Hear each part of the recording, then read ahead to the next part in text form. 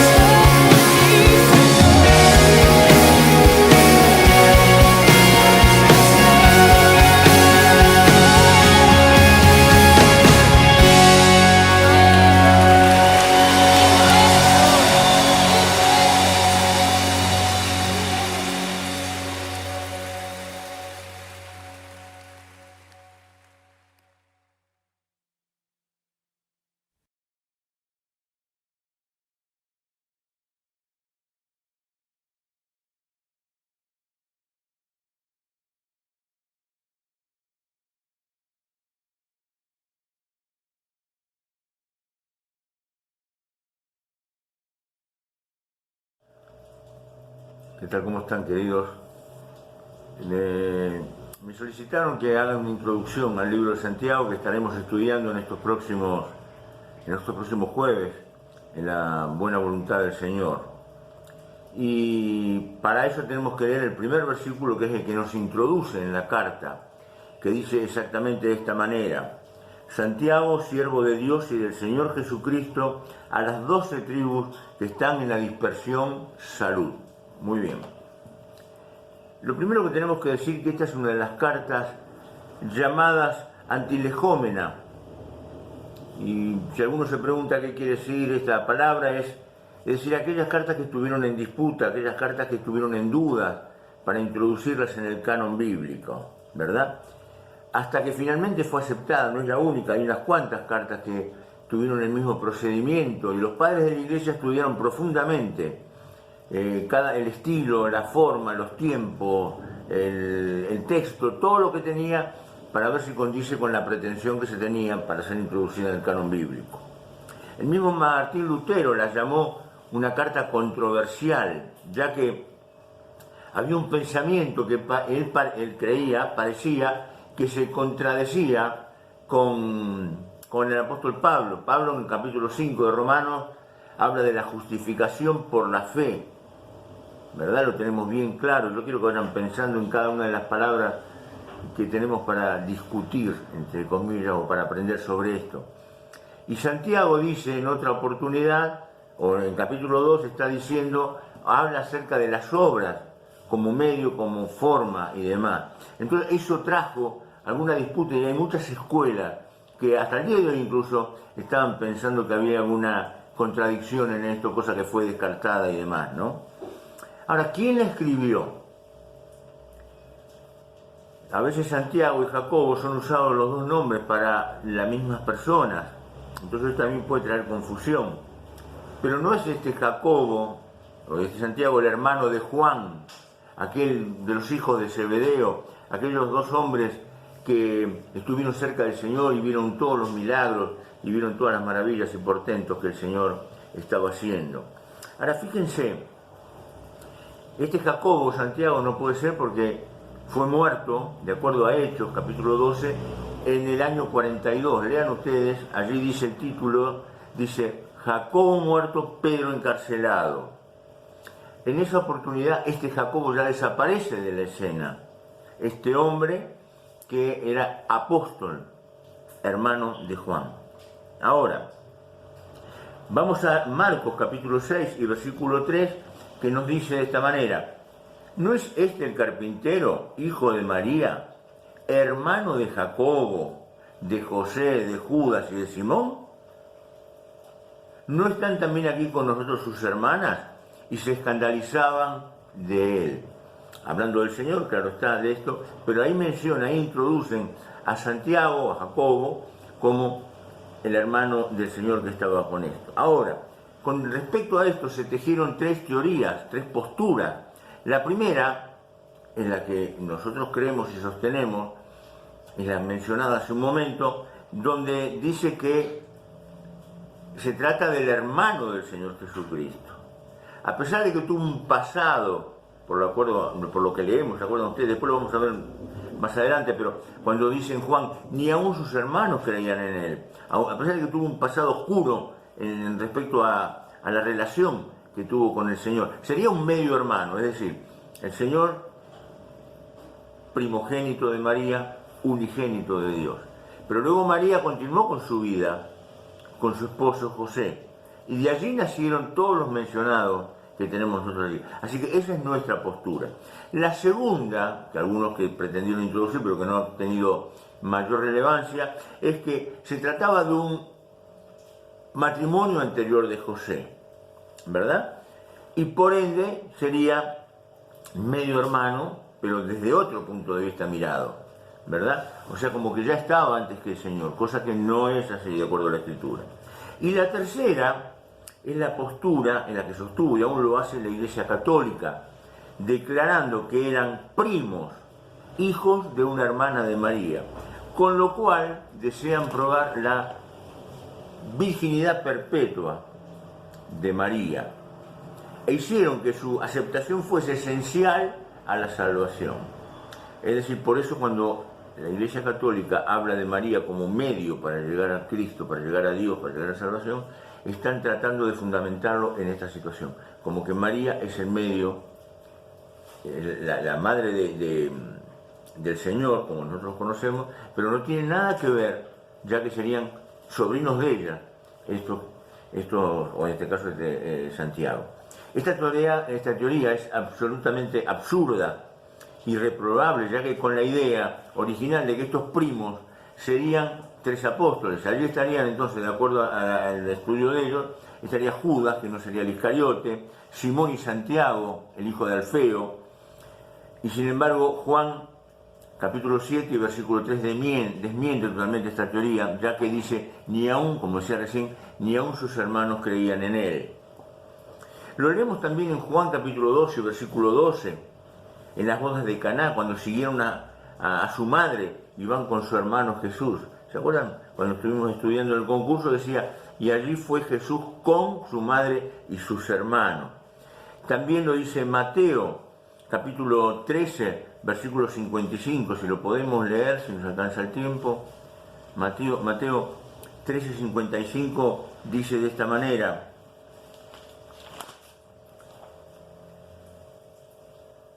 ¿no es este el hijo del carpintero? ¿No se llama su madre María y sus hermanos Jacobo, José, Simón y Judas? También lo dice Hechos 1.14. Hechos 1.14 cuando está mencionándose allí la llegada del Señor al aposento alto. Y leemos en el versículo 14 del primer capítulo, dice, todos estos perseveraron unánimes en oración y ruego con las mujeres y con María, la madre de Jesús, y con sus hermanos. Ahí está otra vez, los hermanos. En Gálatas, en capítulo 1 y versículo 9, habla de él también, y no lo llama como apóstol, sino como hermano del Señor, porque dice, no vi a ningún otro de los apóstoles, sino a Cefas, dice, y a Jacobo, el hermano del Señor. Compruébenlo, Gálatas 1.9. En Hechos capítulo 12 y versículo 17, que como dijimos hoy es cuando Pedro estuvo encarcelado y Jacobo ya había sido muerto, Jacobo, el hermano de Juan. Santiago iba por orden de Pedro a ser notificado, ya que era pastor en Jerusalén, de que él había sido liberado. Así que allí lo tenemos ahora sí, a este Santiago, Jacobo, que era el líder de la iglesia en Jerusalén y el autor de la carta de la que estamos hablando.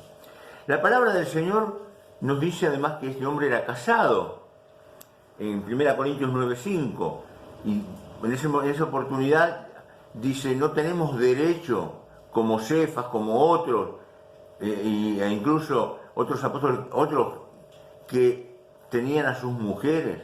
Es decir, nos habla de Jacobo como pastor de la iglesia, como líder, con autoridad en ese lugar, y como un hombre que estaba casado. Con Pablo, en su ministerio absoluto, pleno, va a ver a Jacobo, a Santiago en este caso, que era pastor allá en Jerusalén, y va a comentarle lo que estaba sucediendo en las iglesias entonces. Ahora, ¿a quién les escribe? ¿O a quiénes les escribe Santiago? Santiago les escribe a las 12 tribus de la dispersión. Las 12 tribus de la dispersión. Es decir, aquellas 10 tribus perdidas, más las 2 que todavía estaban en ese lugar, pero que también por motivos comerciales o por mudanzas o demás ya no estaban. Él, Jacobo, Santiago, nunca las dio por perdidas, porque de acuerdo al criterio que hay, que siempre sostuvimos, que habían salido, es cierto, salieron tomados por los asirios, fueron llevados, la gran mayoría nunca volvió, pero algunos sí volvían, sobre todo en las grandes fiestas que se celebraban en Jerusalén. Allí venían estas personas que a lo mejor hacía muchos años, o incluso sus ancestros, ya estaban viviendo en aquel lugar, pero venían porque aún, habiendo adquirido la cultura, habiendo adquirido la lengua, incluso habiendo adquirido costumbres de esas naciones donde estaban, sin embargo, la fe judía todavía la conservaban. El término diáspora, lo vemos muchas veces cuando hablamos de diáspora, dispersión, es algo que existió siempre, no solamente la diáspora vino como consecuencia de una persecución, de la cual siempre hablamos, sino que la diáspora estuvo siempre. Siempre salían, como decía recién, a otras naciones, por sus costumbres ancestrales de comerciar y demás. ¿Cuándo escribió el apóstol Santiago esta carta? Él murió en el año 62, obviamente entonces fue escrita antes, y todos los historiadores dan a entender que fue escrita más o menos en el año 45, 46, y vendría a ser una de las primeras cartas que nosotros tenemos en nuestras Biblias. En ese tiempo, los judíos se reunían en las sinagogas, ¿verdad? Incluso los gentiles, los que iban conociendo al Señor, llamados los cristianos, vamos a llamarlo de esta manera, también concurrían con ellos a las sinagogas.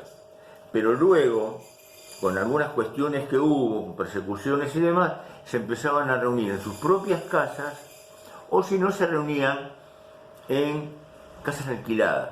Algunos hacían cargos del alquiler de un lugar y allí iban y se reunían precisamente para tolerar, para soportar la presión que había de las autoridades en aquel lugar.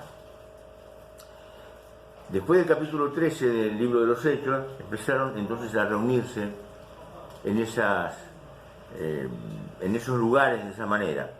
La separación, fíjense ustedes, por eso aquellos hombres que han estudiado, y si nosotros también introducimos nuestra mente en el estudio, nos daremos cuenta de algunas cosas. Fíjense que Pablo, ya lo vamos a estudiar cuando estemos estudiando cada uno de los capítulos, Santiago hace comentarios acerca de una costumbre que no correspondería entre los hermanos, de hacer una separación entre ricos y pobres, entre aquellos que tienen abrigo y no lo dan. Bien, eso nos señala el tiempo que fue escrito, en cierto modo nos enseña, nos da a entender que tiene que haber sido escrito antes de la destrucción de Jerusalén. La destrucción de Jerusalén, que fue en el año 60 y pico, 70, hizo que todos los hombres estuvieran en la misma situación social, porque había un imperio que se había hecho cargo definitivamente, habían tomado la ciudad con todos sus habitantes y demás, se los había puesto a todos en una situación de, digamos así, de pobreza y demás. Algunos autores, cuando hablan de Santiago, con esto termino, hablaban de que era un hombre que lo que resalta en su carácter, en su vida, era la paciencia, la grandeza, el gozo, estamos terminando ya con esto, la sencillez, la confianza en la oración, son rasgos distintivos de este hombre en esta carta. Vamos a estar estudiándola, vamos a estar aprendiendo de ella, y con toda seguridad, todas aquellas cosas que hablamos de él cuando en esos capítulos tan llenos de consejos prácticos y de vida cristiana tan linda, vamos a entenderlas un poquito mejor cuando comprendemos la razón que puede haber tenido Santiago para escribirla. Que el Señor nos bendiga y podamos entonces tener un conocimiento un poquito más amplio de este gran siervo de Dios, este hombre de Dios.